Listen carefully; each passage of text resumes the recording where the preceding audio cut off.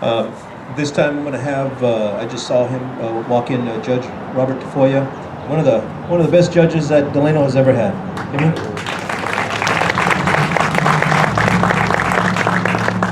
Thank you, David. If you get a ticket, I'm not going to cut the fine, so forget the compliments.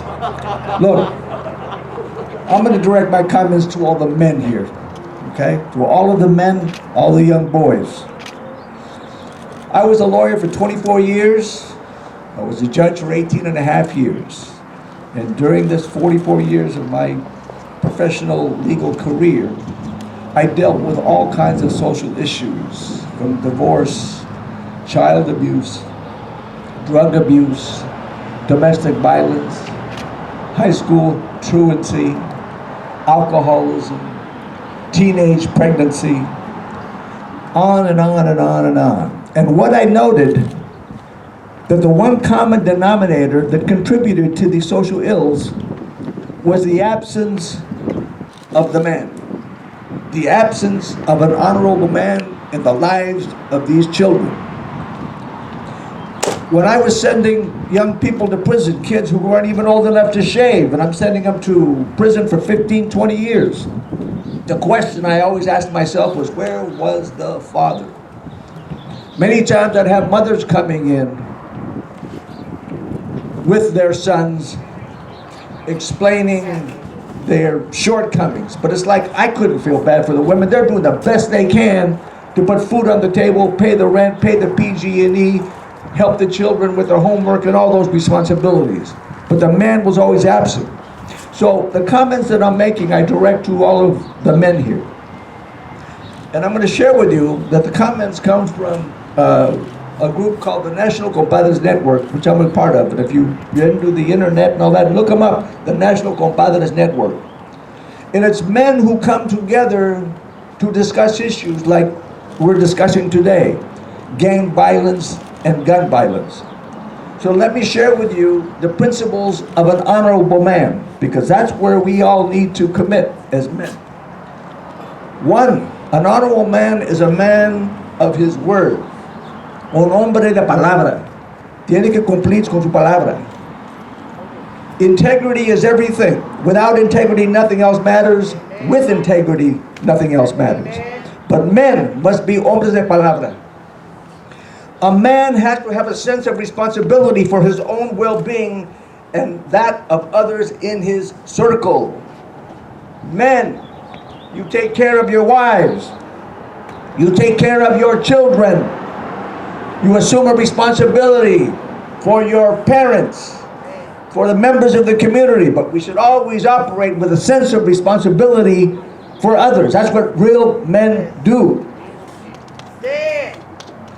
All honorable men must reject any form of abuse, physical, emotional, mental, or spiritual abuse to himself or to others. So you must make a commitment every day to reject abuse. This notion of domestic violence, no, it's unacceptable, and it must be stopped.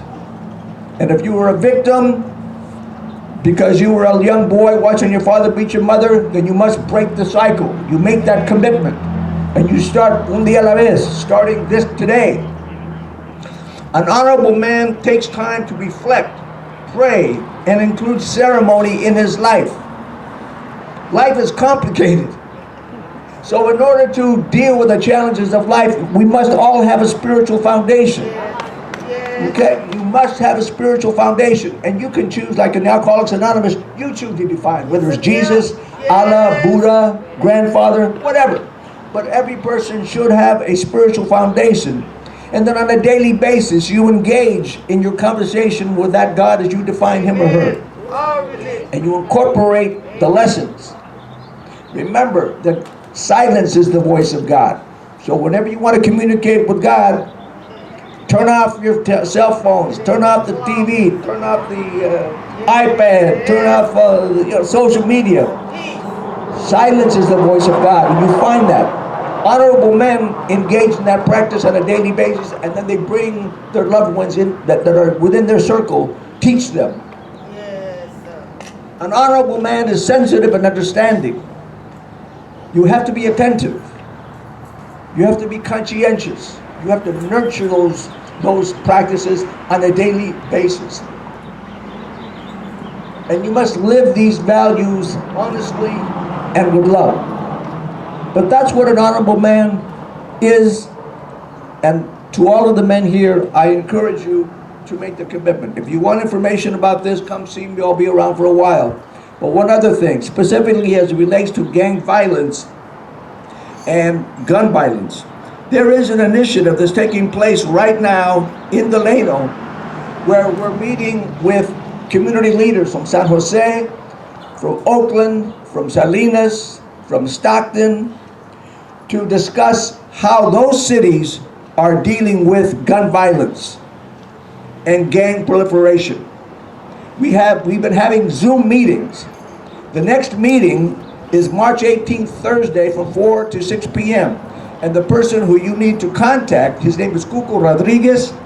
He's also part of the National Compadres Network, but he's also the executive director of the the Health and Hope Fund, a major nonprofit corporation, national corporation, that's working specifically in this area. And this organization has identified McFarland and Delano as being an area where the need is greatest. And in terms of per capita, the shootings and killings in this community far outweighs the state average. And they're here. So the next meeting is March 18th. The gentleman's name is Cuco Rodriguez. I'm going to give you his phone number, 805-403-6228. I spoke to him about 15 minutes ago, and he said, yeah, give him my number. And his email is cuco1987@gmail.com. I'll give you the information if you're interested. Participate. The next representative is a woman who runs the Youth Unity program out of Oakland. They've been dealing with gang violence and gun violence for years. Let's learn from them. Let's learn what is happening in San Jose. Learn of the initiatives that are taking place throughout the state. Let's bring those ideas to this community and let's make some change. So if you're interested, I'll be around for a while. I'll give you the phone number. I'll give you his email. I highly recommend all of you men to look into the National Compadres Network because tenemos que ser hombres de palabra. That's who we must become.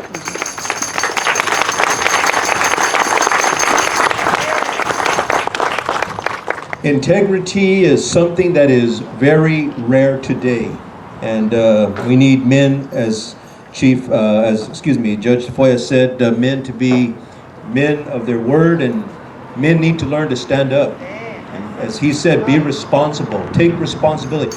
Real men act like men. They don't push the responsibility off for someone else. You bring kids into this world, you take care of them kids. It's not the county's job, it's not the government's job. It's your job to rear and raise your children. And so that's the way I was raised, and I was raised old-fashioned, and I was raised old school. The reason why I stick with old school, because the new school doesn't have much to offer. So I still believe the old school is the right way, and it's the only way, and it is the best way.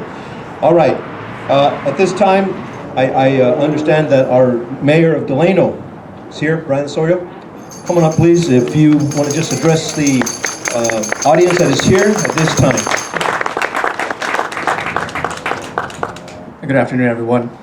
My name is Bryan Osorio, and I'm the current mayor for the city of Delano. I apologize for being late. Councilman Lori Ruiz and I are hosting a food and PPE distribution on the other side of town. But this is the third community vigil I attend within a year, thanks to Pastor Vivas and other community partners. And these faces I see right in front of you today are faces that are ingrained in my mind. The faces I see out in the community who've been impacted by gang and gun violence are ingrained in my mind.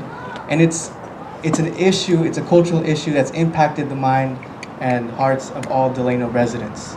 And so, I can only add to what Chief Navarez has done and committed himself to doing, which is guaranteeing the public safety of all Delano residents, and he's been doing a good job. Last year, Councilman Alinda Howe had proposed some initiatives as well to deal with some of the gang and gun violence that we're seeing in town.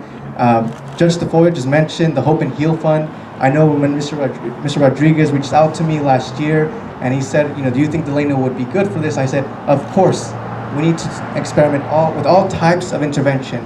And the Hope and Heal Fund is trying to see how community intervention, community input would be a key driver in addressing this issue once and for all. And so, again, I would echo Mr. Tafoya in asking you all to please attend these meetings, please ask these questions. And I'm also available for any questions, any proposals that you would like to see in the city of Delano. I know I've got some, and they deal with the community aspect of this.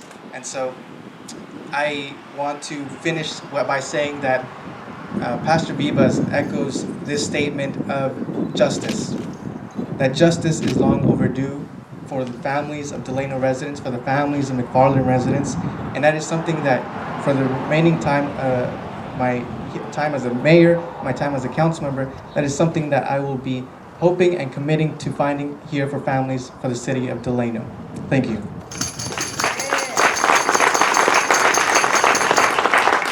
Thank you so much, Mayor. Appreciate you taking the time out. And also Councilman Solorio Reese is here as well. And so appreciate you guys being here.